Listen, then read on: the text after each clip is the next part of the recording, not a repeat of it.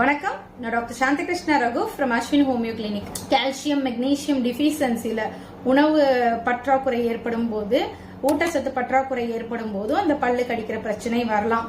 So அது மாதிரி இருக்குன்னா நல்ல கால்சியம் அதிகம் இருக்க உணவுகள், மெக்னீசியம் அதிகம் இருக்க உணவுகளை குழந்தைகளுக்கு நம்ம சாப்பாடுல கொடுக்கணும். நிறைய பால், கீரை, அது மாதிரி நம்ம கேழ்வரகு நிறைய உணவுல கொடுக்கறது, பழங்கள் நிறைய கொடுக்கலாம், காய்கறிகள் நிறைய கொடுக்கலாம். சோ இதெல்லாம் கொடுக்கும்போது அந்த குழந்தைகளுக்கு அந்த டிஃபிஷியன்சி போகும். சோ அது மூலமாவும் இதை நிவர்த்தி பண்ண முடியும்.